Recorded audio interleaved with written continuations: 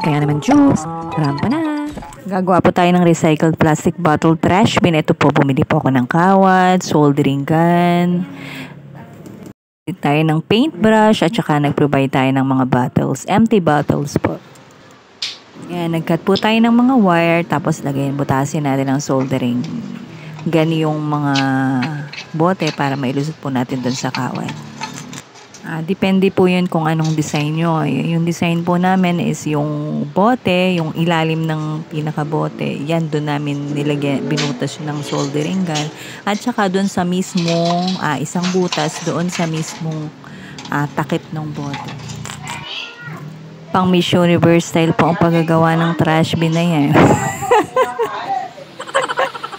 Care po kahit mag-isa lang. Kailangan natin ng base. Nag-form po kami ng ng bilog na yung wire ibinilog namin para mas matibay po yung pagkakagawa ng trash bin.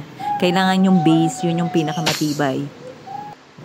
Para sa akin tong mga anak-anakan, kaya meron na kayong trash bin project sa school. O, diba? Carry lang. Kapag may tiyaga, meron kang project. Yan lang yun. Salamat din po sa mga parents na sumuporta sa pagbili-bili ng mga ating kailangan. Madami ka namang matututunan kung paano mo yan gawin. Ako kasi bago ko magawa, nag-search ako sa YouTube. Marami naman pwedeng maging source para makakuha ka ng idea. Siyempre, kailangan lang natin magtiyaga, maghanap. Hindi naman pwedeng lang, hayaan na lang nawala, diba? Dapat maging resourceful ka sa lahat ng bagay.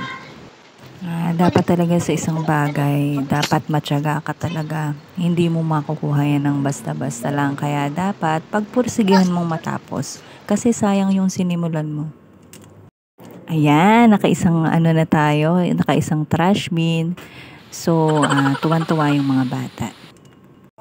Kailangan po kasi may segregation, so kailangan nating i-separate yung biodegradable and non-biodegradable. Dahil wala na kaming makuha na empty plastic bottle, bumili na lang kami sa junk shop. May mabibili naman po kayo doon, 2 pesos nga lang per bottle. Kaya mahalaga po yung mga empty plastic bottle natin, iniipon po natin kasi hindi lang trash bin yung magagawa natin, marami din pong mga project na pwede natin gawin. Meron po kasing school trash bin project contest, kaya sumali po tayo. Ayan, binubutasan ko muna yung ilalim nung bottle ng soldering gun. Para madali na siyang ilusot sa mga wire, para mas madali makagawa ka ng madali. Yun yung technique ko doon. Jobs, ilang bote na ba yung nabubutasan mo dyan? Okay lang yan, go, go, go! Rampa na!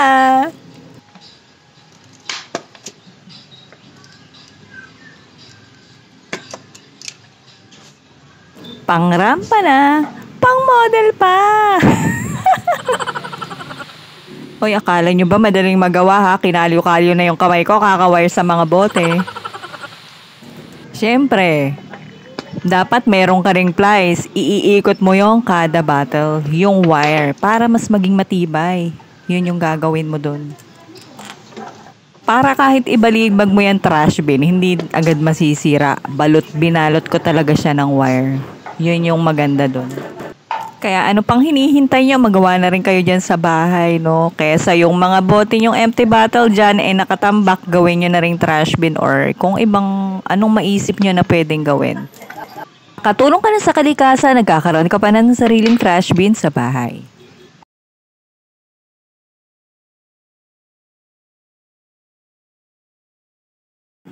Inuwi ko nang gawin sa bahay kasi hindi na kaya sa school gawin.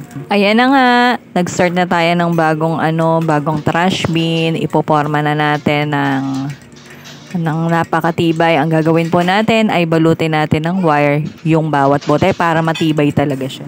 Ngayon, lahat ng bote babalutin ko siya ng wire para matibay. Kada bote may wire yan.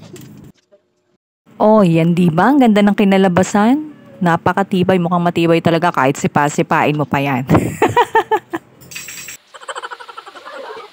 Jub, size pa pang buto-buto. Diba ang ganda na ng ating trash bin? Lalong mas gumanda, pinturahan po natin. Tapos na po ang ating trash bin. Ito na po ang ating trash bin. Ang ginamit ko pong takip ay yung takip ng lumang bilao na pinaglagyan dati na pag mag-umu-order ka ng pansit, spaghetti, iyanamit po, yun po yung nilagay ko.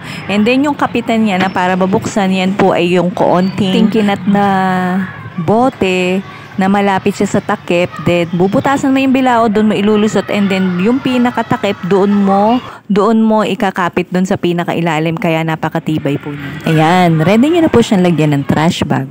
At alam niyo po pang good news, nanalo po tayo ng first place. Okay ba, ikaw Ate Sophie ang model natin? Rampa na! Subscribe! Jukes ko po vlog, rampa na!